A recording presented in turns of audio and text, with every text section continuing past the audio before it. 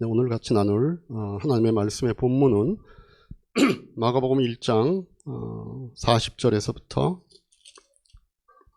마가복음 1장 원래는 이제 29절부터 45절까지 말씀인데 오늘 같이 분량이 너무 많아서 읽을 말씀은 40절과 42절 두 절 말씀만 우리 같이 세 절 말씀 우리 같이 합독하시겠습니다. 같이 읽겠습니다. 나병 환자 한 사람이 예수께로 와서 그 앞에 무릎을 꿇고 간청하였다. 선생님께서 하시고자 하면 나를 깨끗하게 해주실 수 있습니다. 예수께서 그를 불쌍히 여기시고 손을 내밀어 그에게 대시고 말씀하셨다. 그렇게 해주마, 깨끗하게 되어라. 곧 나병이 그에게서 떠나고 그는 깨끗하게 되었다. 네. 우리 말씀 나누기 전에 다시 한번 우리 앞뒤 옆에 분들 보시면서 하늘복으로 서로에게 축복하십시다. 하늘복 많이 받으십시오. 인사합시다. 네, 설교할 때쯤 되니까 좀 채워줬습니다. 그래요. 저는 요새 이 마가복음 강해를 하면서 참 기분이 좋습니다.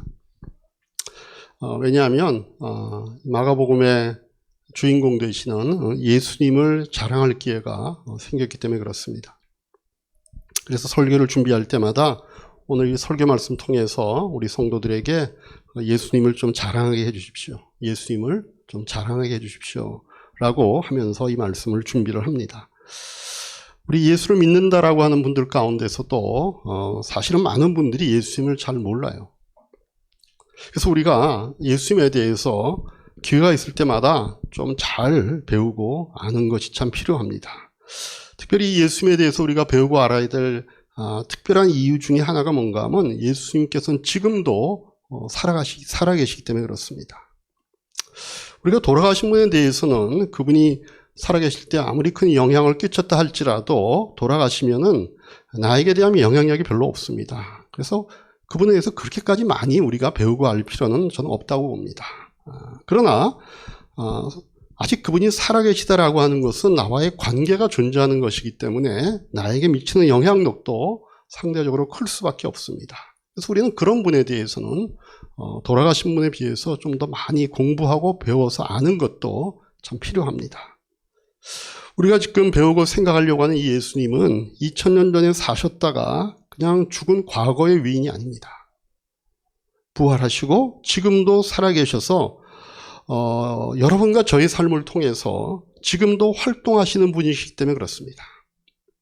그래서 예수님께서는 우리 자신이나 아니면 이 교회를 통해서 어떤 식으로 역사를 하실 것인지 또 우리 예수님께서 우리의 삶과 교회를 통해서 어떤 역사를 이룰 것인지를 아는 것이 중요합니다. 이걸 알기 위해서는 성경에 나타나신 예수님을 공부하는 것이 최선입니다. 히브리서 기자가 히브리서 13장 8절에 이렇게 말씀하셨습니다. 우리 같이 한번 보십시다. 같이 읽으십시다. 시작. 예수 그리스도께서는 어제나 오늘이나 영원히 한결같은 분이십니다. 여러분 그렇기 때문에요. 2000년 전에 질병을 고치는 예수님은 지금도 질병을 고치십니다. 왜? 그분은 한결같으신 분이시니까. 2000년 전에 귀신을 쫓아내셨던 예수님께서는 지금도 귀신을 쫓아내십니다. 2000년 전 제자들을 감싸주시고 돌보셨던 예수님께서는 지금도 예수님을 영접한 예수님의 사람들을 감싸고 돌보십니다. 그렇기 때문에 성경에 나타난 예수님의 행적을 공부하는 것은 우리에게 굉장한 의미가 있는 것입니다. 그런데 우리가 이 예수님을 정말 잘 이해하려면요, 우리의 상식에서 좀 벗어나야 합니다. 어떤 분들은 상식으로 예수님을 이해해 보려고 하는데 이거 안 됩니다. 예수님께서는 상식으로 이해될 수 있는 분이 아니기 때문에 그렇습니다. 상식으로 예수님을 이해해 보려고 하면 이해도 안 되거니와 또 그런 상식에 기반해서 신앙생활을 해보려고 하면 결국 우리는 율법주의에 빠지고 맙니다. 우리 예수님께서는 하나님의 아들이시고 상식을 초월하시는 엄청나게 크신 분이기 때문에 우리가 정말 예수님을 이해하려면 우리의 어떤 선입견, 편견, 우리의 상식을 벗어버리고 이분을 만나려고 애를 써야 되는 거예요. 오늘 본문만 봐도 예수님께서 우리가 상식적으로 이해하지 못한 여러 가지 행동을 하십니다. 첫 번째가 뭔가 하면 큰 일만큼 작은 일이 예수님께서는 중요하게 보셨다는 겁니다. 예수님께서는요, 큰 일만큼 작은 일도 중요하셨습니다. 마가복음 1장 29절에서 31절에 그 내용이 기록되어 있죠. 우리 같이 한번 한 절씩 나눠보십시다. 그들은 회당에서 나와서 곧바로 야고보와 요한과 함께 시몬과 안드레의 집으로 갔다.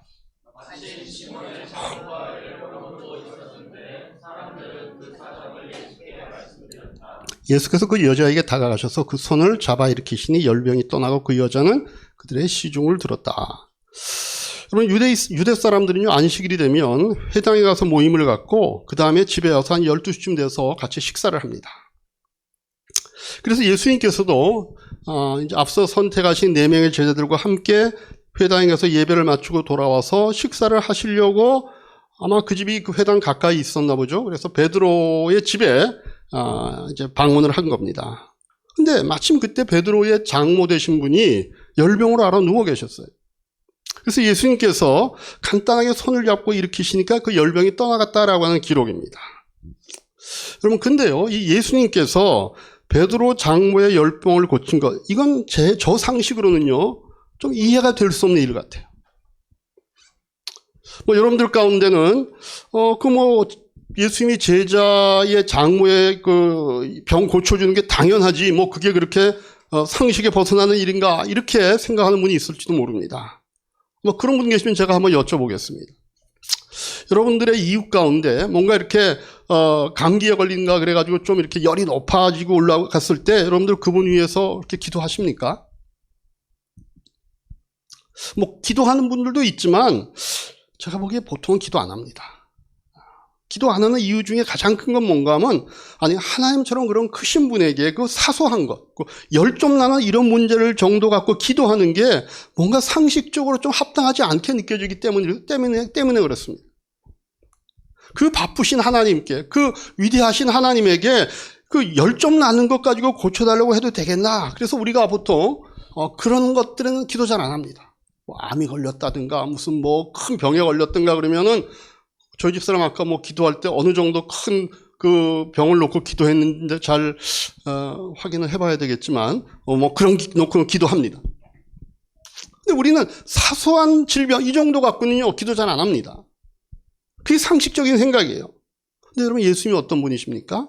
하나님의 아들이시고 온 인류를 구원해 오신 그런 분이십니다. 이런 엄청난 사명을 갖고 계신 이분이 갈릴리 사는 어부의 장모가 고열로 시달리고 있다라고 이걸 고쳐줬다라고 하는 거 저는 상식적이지 않다고 봅니다. 그런데 여러분, 예수님 우리하고 다르십니다. 그분에게는요 큰 일만큼 작은 일도 중요합니다. 그래서 우리가 그런 예수님을 믿고 있기 때문에 우리에게 닥친 어떤 작은 일도 예수님에게 가지고 올 수 있습니다. 온 우주를 주관하는 하나님의 아들께서 우리가 들고 나는 거, 우리 이웃의 체온이 38도 넘어가고 있는 거, 우리 아들, 딸의 감기에도 예수님은 관심을 갖고 계시다는 거. 우리 하나님께서는, 그 크신 하나님께서는 큰 일만이 아니라 작은 일에도 관심이 있으시고 그분에게는 그것도 중요하다는 사실을 아시고 우리에게 아무리 작은 일이라 할지라도 주님께 갖고 와서 그걸 아뢰고 도움을 청하시는 우리 이야기의 성도들 되시기를 주님의 이름으로 부탁합니다. 제가 보기에 예수님께서 상식적으로 약간 이해가 되지 않는 이 두 번째 거는요, 사역보다 이웃의 필요가 더 중요하셨다는 겁니다. 뭐라고요? 두 번째가 사역보다 이웃의 필요가 더 중요했다. 자, 오늘 본문을 보니까 이제 저녁이 됐습니다. 사람들이 예수님께 모여들기 시작했습니다. 우리나라 하루는 보통 자정 0시에서 시작했고 다시 이게 한 바퀴 돌아서 다시 0시에 끝나죠. 근데 유대 사람들은요, 해 떨어지고 이제 별들이 보이기 시작하면 하루가 시작을 합니다. 그리고 나서 다음날 해가 떨어져서 다시 별이 뜨기 시작하면 이제 하루가 된 거예요. 자, 그래서 예수님께서 회당에서 이 귀신 들린 사람으로부터 귀신을 쫓아냈다라는 이런 소문이 아주 파다하게 퍼졌을 겁니다. 그래서 사람들은요, 그 안식일이 지나기, 다시 말하면 해 떨어지기를 기다렸습니다. 왜? 해 떨어지기 전에 그 안식일 동안에 만약에 아픈 사람을 업든가 아니면 들것에 싣고 왔다 가는 안식일에 일을 한 걸로 간주되기 때문에 안식일을 어긴 것이라고 야단 맞을까봐 겁이 나서 다 기다렸습니다. 그 해가 지니까, 이제 안식일이 지나갔으니까 사람들이 예수님에게로 몰려들기 시작했습니다. 이 사실을 마가복음 1장 32절과 34절까지 해서 이렇게 얘기합니다. 우리 같이 한번 읽겠습니다. 시작. 해가 져서 날이 저물 때에 사람들이 모든 병자와 귀신 들린 사람을 예수께로 데리고 왔다. 그리고 온 동네 사람이 문 앞에 모여들었다. 그는 온갖 병에 걸린 사람들을 고쳐주시고 많은 귀신을 쫓아내셨다. 예수께서는 귀신들이 말하는 것을 허락하지 않으셨다. 그들이 예수가 누구인지를 알았기 때문이다. 수많은 사람들이 몰려오는 거예요. 그래서 예수님께서 이 아픈 사람을 치료해주고 귀신 들려있는 사람들 그 귀신을 쫓아내셨어요. 근데 저는 제 생각에는 이것도 약간 상식적으로 이해가 되지 않습니다. 왜 그런가 하면 병을 고치고 귀신을 쫓아내는 것이요 주님의 주된 사역이 아니었기 때문에 그렇습니다. 예수님께서는요, 예수님 자신의 사명을 1장 38절에서 이렇게 설명하고 계십니다. 같이 읽습니다. 예수께서 그들에게 말씀하셨다. 가까운 여러 고을로 가자. 거기에서 내가 말씀을 선포해야 하겠다. 나는 이 일을 하려고 왔다. 예수님이 뭘 하러 오셨다고요? 예수님이 이 땅에 오신 목적은요, 고을고을을 다니시면서 복음을 선포하시고자 하는 것이 예수님의 일이었어요. 그게 예수님의 사명의 첫 번째입니다. 이런 중요한 일이 있는데 사람들이 몰려왔다고 병을 고치고 귀신을 쫓아내는 거는요, 어쩌면 예수님을 피곤하게 만들었을 뿐만 아니라 한 걸음 더 나아가서 예수님 사역의 주된 사역에는 지장을 미칠 수도 있는 일이에요. 그리고 사실 이 본문에서 나중에 우리가 뒤에 볼 거지만 이렇게 했기 때문에 사역을 실제로 지장받는 것이 뒤에 나옵니다. 근데 예수님께서는 이게 자기의 주된 사역도 아니고 이것이 자기의 주된 사명도 아니시면서 사람들이 오니까 고쳐주시고 귀신을 쫓아내셨어요. 왜요? 예수님께는 사역보다도 이웃의 필요가 더 중요하셨기 때문에 그렇습니다. 근데 우리는요, 그렇지 못하죠. 우리는 내가 꼭 해야 될 어떤 바쁜 일이 있으면, 꼭 내가 해야 될 어떤 사역이 있으면 다른 사람의 필요가 눈에 들어오지 않습니다. 여러분, 사업을 바쁘게 하시는 이런 분들 바쁘니까 자기 자녀, 자기 아내의 생일이 언젠지 잘 모릅니다. 결혼기념일 당연히 모릅니다. 지나가고 압니다. 여러분, 우리가 내가 해야 될 중요한 일이 있으면요, 다른 사람의 필요가 눈에 안 들어오기 때문에 그렇습니다. 저도 이런 걸 갖고 좀 고민을 한 적이 있습니다. 제가 이 사무실에서 좀 우리 교회가 크지 않기 때문에 일이 이렇게 많지는 않지만 또 어떨 때는 바쁠 때가 있거든요. 근데 어떤 사람이 연락도 안 하고 약속도 안 하고 들어서면 요새는 제가 좀 빨리 회개는 합니다만 일단 마음에 드는 생각은 뭔가 하면 이분이 무슨 일이 오셨을까라고 하는 생각보다 일찍 짜증이 납니다. 바빠 죽겠는데 이렇게 약속도 안 하고 이렇게 오시면 나는 지금 설교 준비해야 되는데 이거 어떡하지? 이런 생각이 드는 겁니다. 이게 다 우리들이 같은 문제 아닌가요? 우리들에게는요, 다 내가 할 일, 내가 할 뭐가 있을 때는 다른 사람의 필요를 먼저 생각하지 못합니다. 근데 우리 주님께서는 우리와 다르셔요. 이분이 상식적인 분이 아니시기 때문에 그렇습니다. 비상식적인 분이세요. 그래서 이분은 그렇게 자기가 해야 될 사역이 있지만 또 그 사역으로 인해서 뭔가 지금 내 일이 자기 사역을 지금 치고 들어온 어떤 그런 사람들의 요청 때문에 내가 해야 될 일이 지연될지도 모르고 방해될지도 모르지만 사람들이 아파서 몰려오고 귀신들이 들려서 오니까 그 병을 고치시고 귀신을 쫓아내는 사역을 주님은 하셨다는 거예요. 이런 주님을 볼 때 우리가 생각할 수 있는 게 뭐예요? 우리도 내가 이 문제를 갖고 가면 하나님이 귀찮아할 거야, 이런 생각하지 마시고 언제든지 하나님 앞에 나올 수 있다는 겁니다. 아침에도 하나님 찾아갈 수 있고 낮에도 괴롭히시고 저녁에도 괴롭히시고 걸으면서도 괴롭히시고 운전하면서도 괴롭히시고, 왜냐하면 우리 하나님께는 우리의 필요가 가장 중요하기 때문에 그렇습니다. 또 우리가 그런 하나님을 믿는 하나님의 자녀가 되었다면 내가 아무리 급한 일이 있다 할지라도 내가 꼭 해야만 하는 이 사역이 지금 꼭 꼭 해야 되는 일이 있다 할지라도 정말 주변 사람들이 나를 필요로 하고 그렇다면 그 필요를 채워주는 연습을 우리가 할 수 있어요. 정말 그 사람이 나를 필요로 한다면 내가 하고 있는 내 일을 멈출 수도 있어요.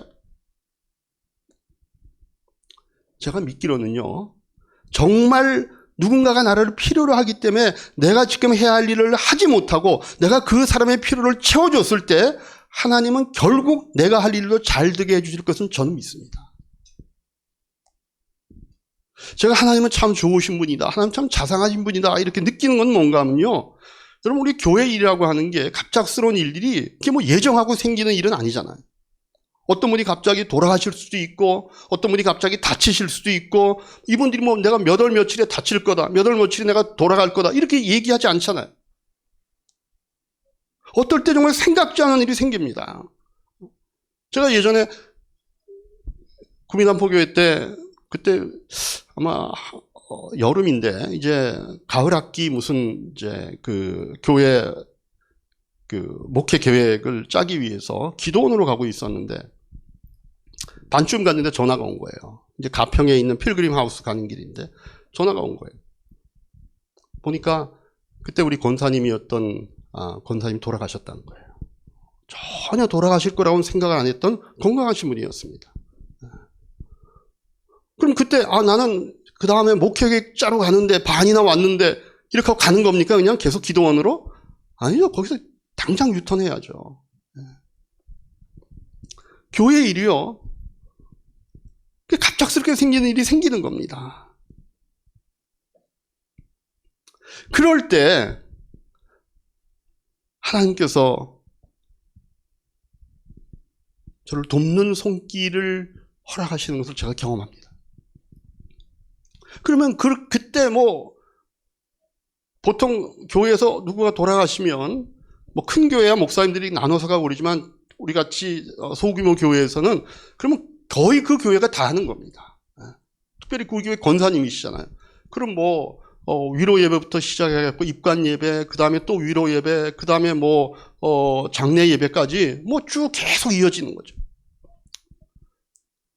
그럼 그것도 굉장히 중요하지만 당장 주일날 해야 될 설교도 중요하잖아요.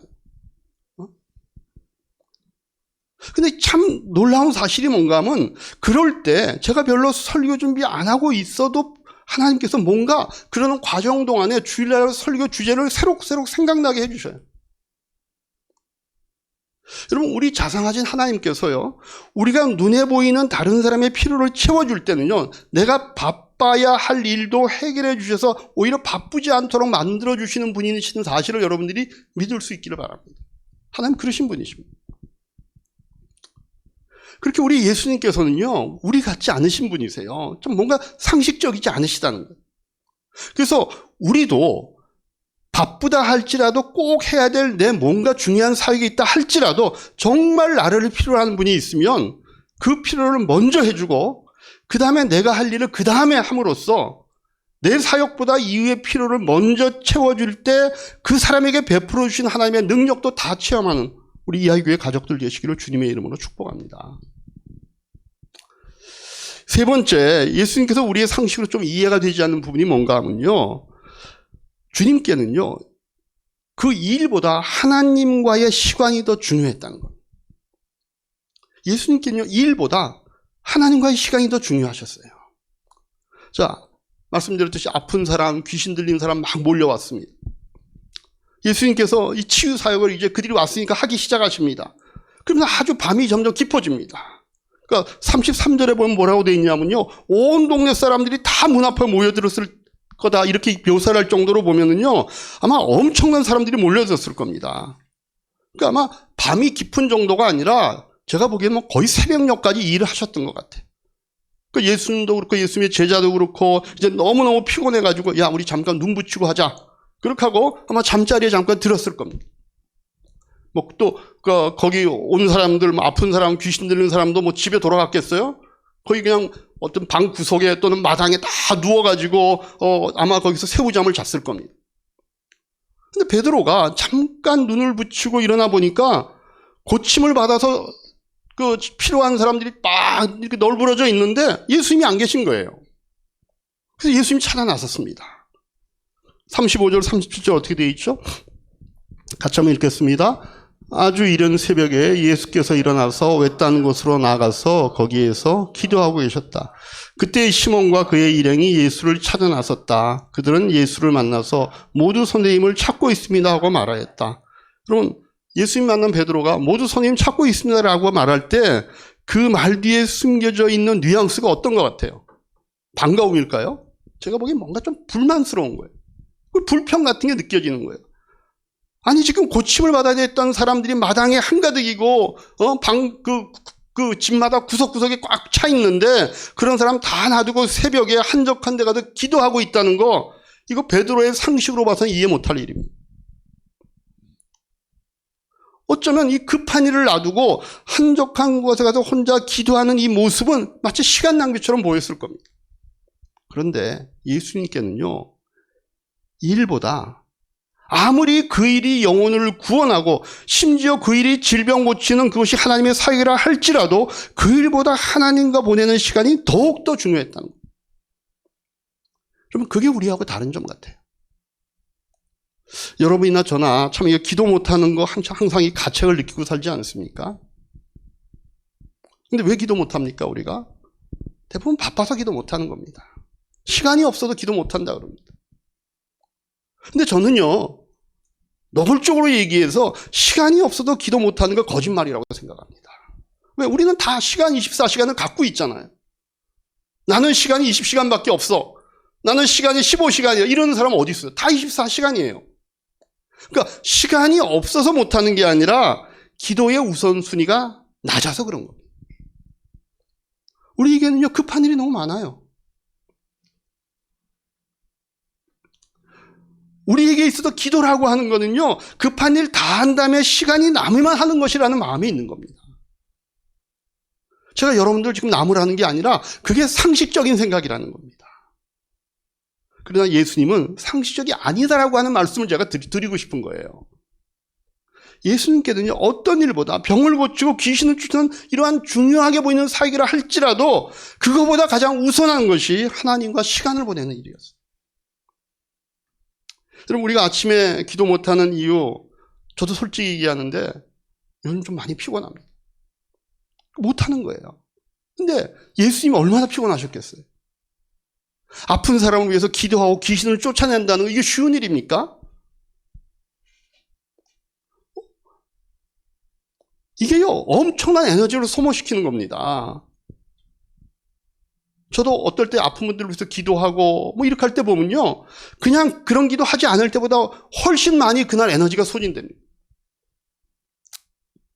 우리 누가복음 8장에 가보면요, 우리가 좀 아는 사건이잖아요. 오랫동안 이 하혈했던 이 10년간 이런 병에 시달렸던 여자가 예수님 가니까 저 예수님 옷자락이라도 만지면 내가 좀 낫겠다 싶어가지고 몰래 뒤에 살짝 가고 옷자락을 탁 잡았는데 치유받은 사건이 기록되잖아요. 예수님 모르게 가서 뒤에 살짝 가서 그 옷자락을 잡았는데 예수님이 뭐라 그랬어요? 지금 누가 나에게 손을 댔다고 그러셨거든요. 8장 46절에 뭐라고 되어 있습니다. 누군가가 내게 손을 대었다. 내게서 능력이 빠져나간 것을 나는 알고 있다. 그렇게 말씀하셨어요.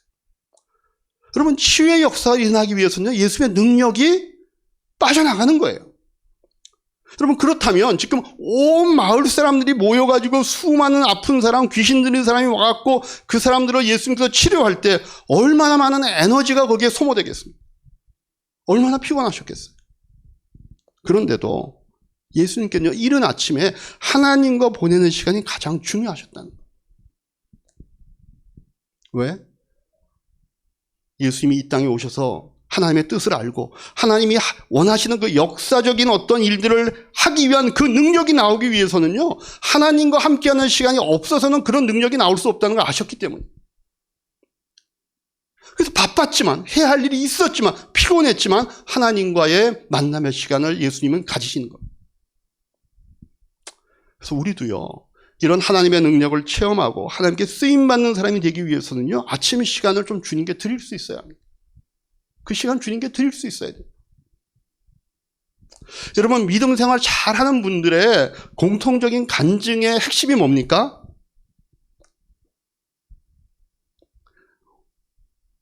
우리가 중요한 거 먼저 하면 하나님께서 딴 거는 해결해 주신다는 간증이에요. 우리가 바빠서 기도 못한다고 하지만 우리가 하나님과의 만남의 시간, 기도하는 시간, 이 큐티 시간은 내 삶의 가장 중요한 걸로 놓고 거기에 우리가 최선을 다할 때 평소 같으면 내가 6시간 걸릴 일을 하나님이 3시간 안에 끝나게 해줄 수도 있다는 겁니다. 그러면 내가 할 일도 하고 하나님의 사역도 할 수 있다라고 하는 이런 간증들이 우리 주변에 너무 많은 거 아닙니까? 우리에게만 없을 수 있는 거. 저는요, 그런 간증의 내용들을 믿습니다. 항상 제가 생명의 삶 할 때도 말씀을 드리는 거지만 세상에서 성공하기 위해서는요, 뒤에서 좀 봐주는 사람이 있어야 돼요. 자기 힘만 가지고는 어렵습니다. 그 성공이라고 하는 게 내가 얼마나 노력하냐, 얼마나 시간을 쓰느냐에 비례하지 않습니다. 누군가가 좀 나보다 더 큰 사람들이 뒤에서 좀 봐주고 밀어줄 때 성공하기 쉽습니다. 그래서 우리가 좀 숨 쉴 새 없이 바쁘고 뭔가 이렇게 정신없이 바쁜 이런 생활 좀 벗어나서 이런 바쁜 시간을 좀 쪼개가지고 내가 하나님께 가장 귀중한 시간을 드렸을 때 주님께서 나의 문제를 좀 쉽게 해결해 주시고 좋은 결과를 큰 노력 들이지 않고 이루도록 해주시는 그런 나의 큰 뒷배가 되어주실 것을 우리가 믿음으로 믿을 수 있어야 합니다. 우리의 바쁨을 그분이 해소해 주시는 것입니다. 근데 우리는 다 우리 힘으로 하려고 그러잖아요. 우리 성도님들, 우리가 주님의 제자가 되고 주님이 기뻐하는 분들이 되기 위해서는 최소 하루에 20분 여러분들이 그 아침 시간을 주님께 바치시길 바랍니다. 이런 시간이 없어서는 우리가 하나님의 뜻을 행하는 것이 어렵습니다. 하나님께서 우리를 쓰시고자 할 때 하나님이 우리에게 주시는 능력을 우리가 체험할 수가 없는 겁니다. 예수님께서는 그렇게 일보다도 하나님과의 만나는 시간이 더 중요했습니다. 그래서 우리도 내 사역보다 내 일보다 하나님과의 시간을 가장 귀한 줄로 아는 이하교회 성도님들 되시기를 주님의 이름으로 축복합니다. 네 번째, 우리가 예수님을 상식적으로 생각할 때 좀 이해 안 가는 네 번째는 뭔가 하면 옳고 그른 것보다 사랑을 더 중요하게 생각하셨다는 것. 한번 따라할까요? 옳고 그른 것보다 사랑이 더 중요했다. 네. 자, 예수님께서 이렇게 이제 여러 가지 사역을 하시고 이제 가버나움을 떠나서 여러 동네를 다니시면서 복음을 전하시는 거예요. 근데 어떤 마을에 갔다가 여기 마을 이름은 나오지 않았는데 거기서 오늘 우리가 본문으로 읽었던 나병 환자를 한 명 만난 거예요. 근데 아마 이 사람은 믿음이 있었던 사람으로 생각을 해요. 그러니까 예수님께 도움을 청한 겁니다. 그러니까 40절부터 한번 보십시다. 한 절씩 보시죠. 나병 환자 한 사람이 예수께 와서 그 앞에 무릎을 꿇고 간청하였다. 예수님께서 하시고자 하면 나를 깨끗게 해주실 수 있습니다.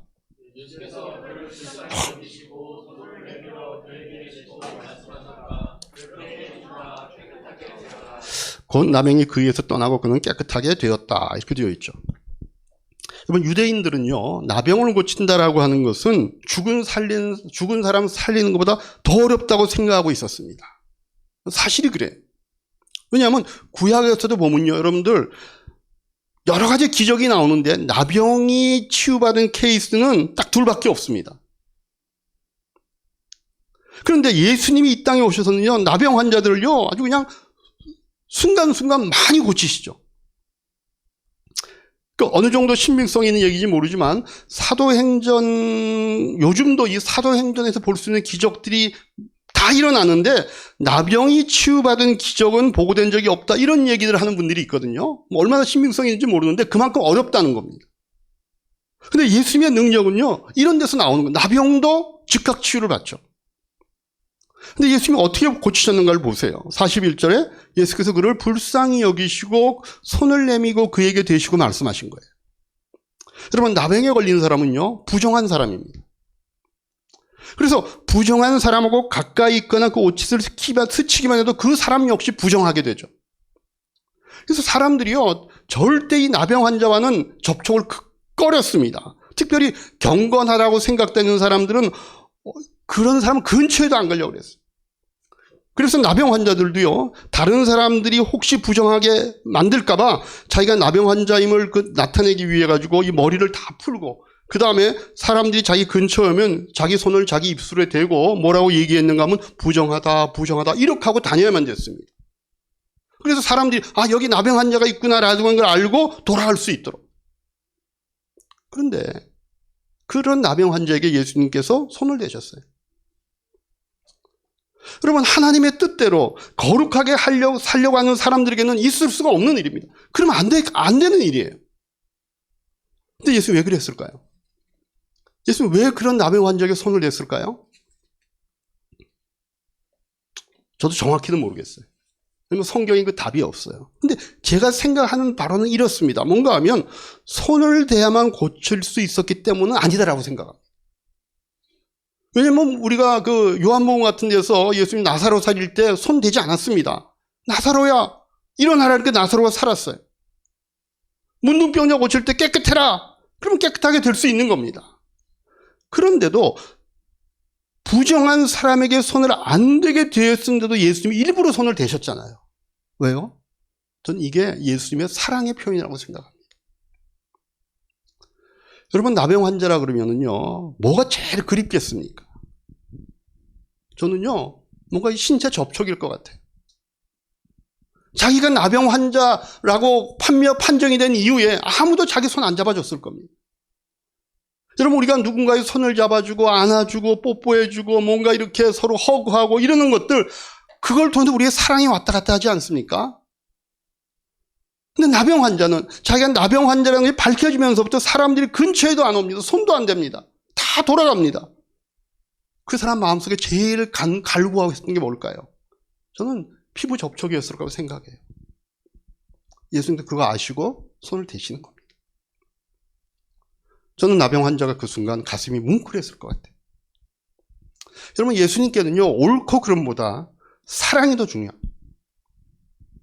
그래서 나병 환자에게는 부정하기 때문에 손을 안 대는 거였지만 예수님께서는 손을 대시는 겁니다. 여러분, 우리가 예수님의 제자가 되기 위해서, 좀 성숙한 주님의 사람이 되기 위해서는요, 우리의 언어나 우리의 행동이나 우리의 어떤 대화 가운데서 뭐가 옳고 그르냐를 따지는 것들은요, 점차 줄어들고 사랑이 부각돼야 돼요.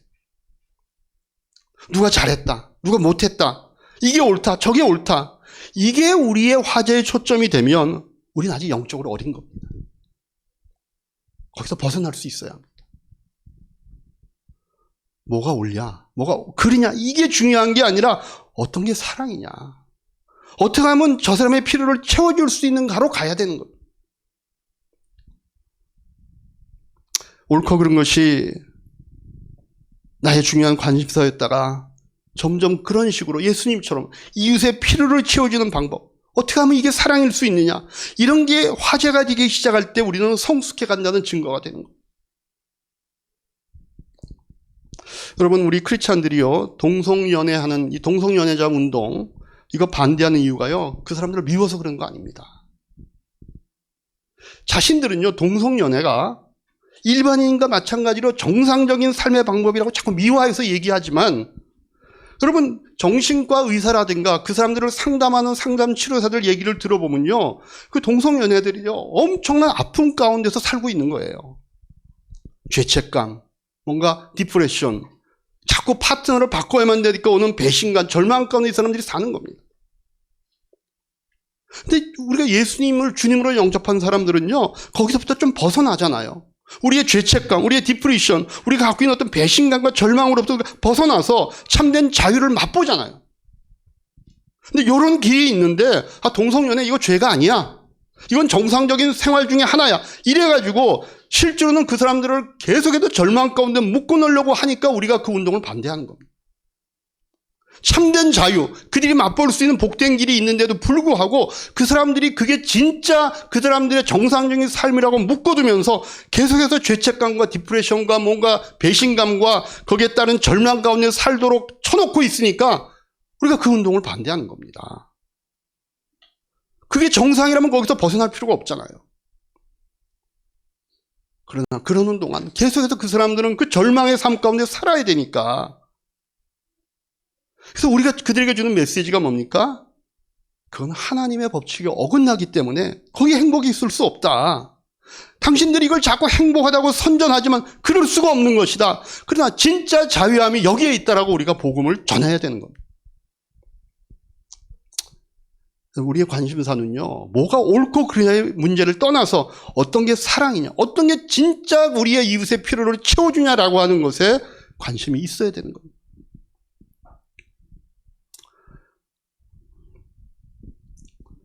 자, 우리가 네 가지 예수님이 좀 비상식적이다라고 하는 얘기 말씀을 드렸는데 조금 이해가 되십니까?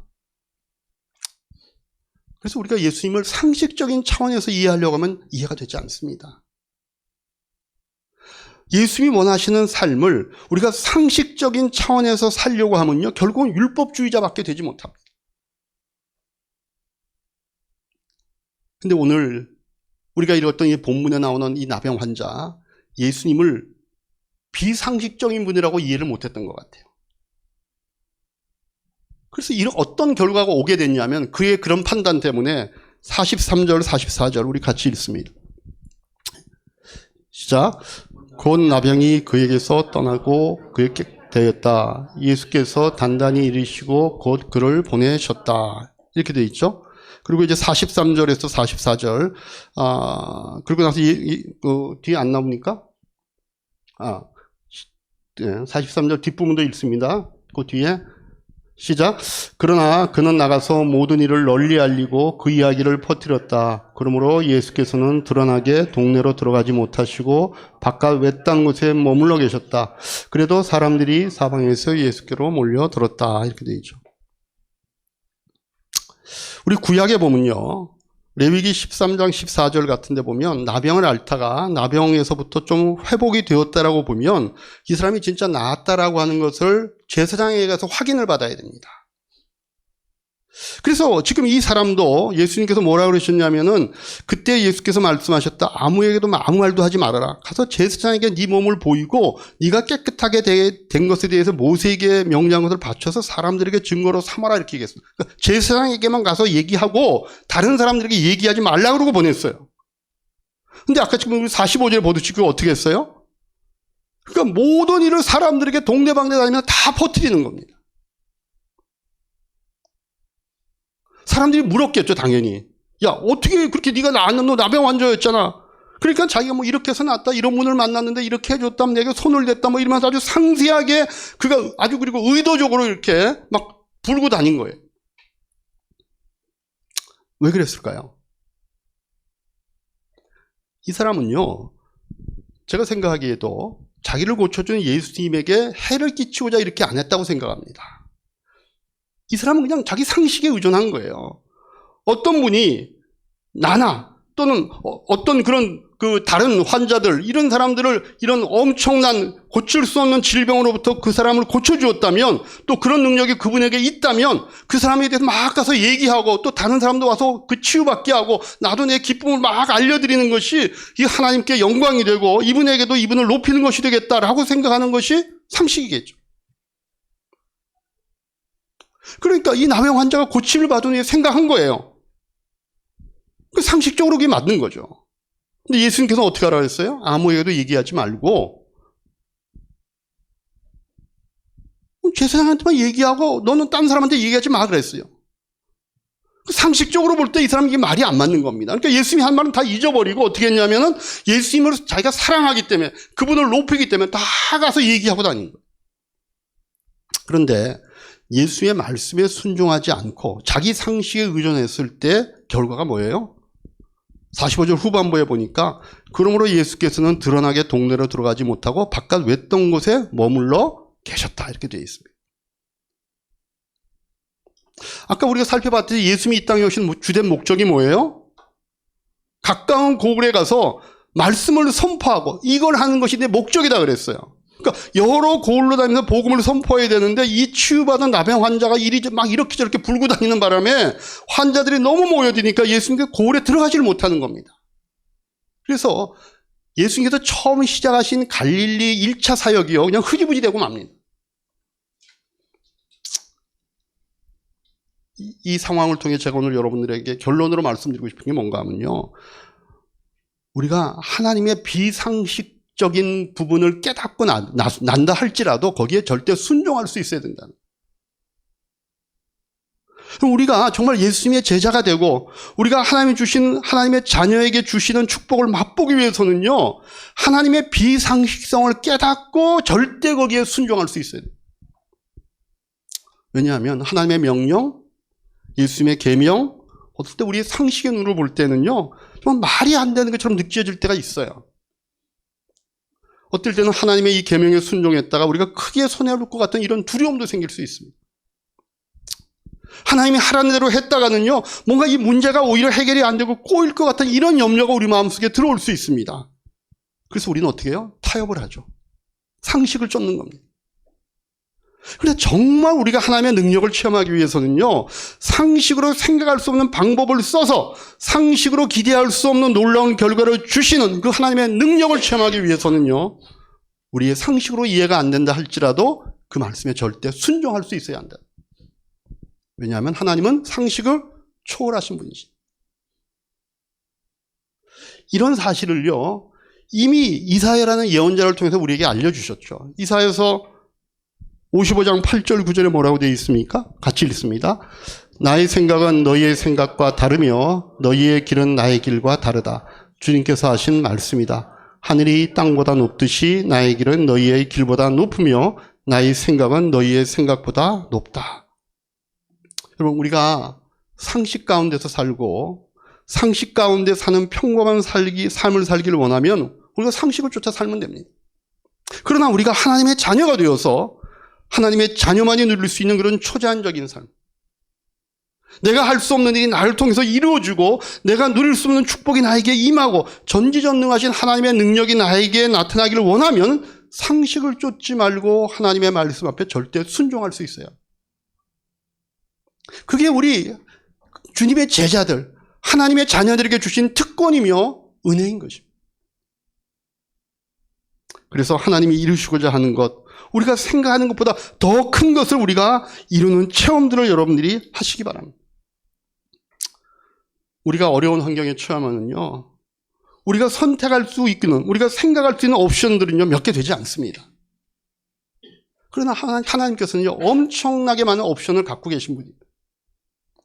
그래서 우리의 생각으로는 도저히 안 되는 일도 이루시고, 우리가 생각지도 못할 방법을 통해서 도우시는 그 하나님의 능력을 체험하기 위해서는요, 하나님의 하시는 그 말씀에 절대 순종할 수 있어요. 이렇게 하나님의 말씀에 절대 순종하심으로 하나님의 자녀로 누릴 수 있는 그런 초자연적인 삶을 살아가시는 우리 이하교회 성도님들 되시기를 주님의 이름으로 축복합니다. 기도하겠습니다.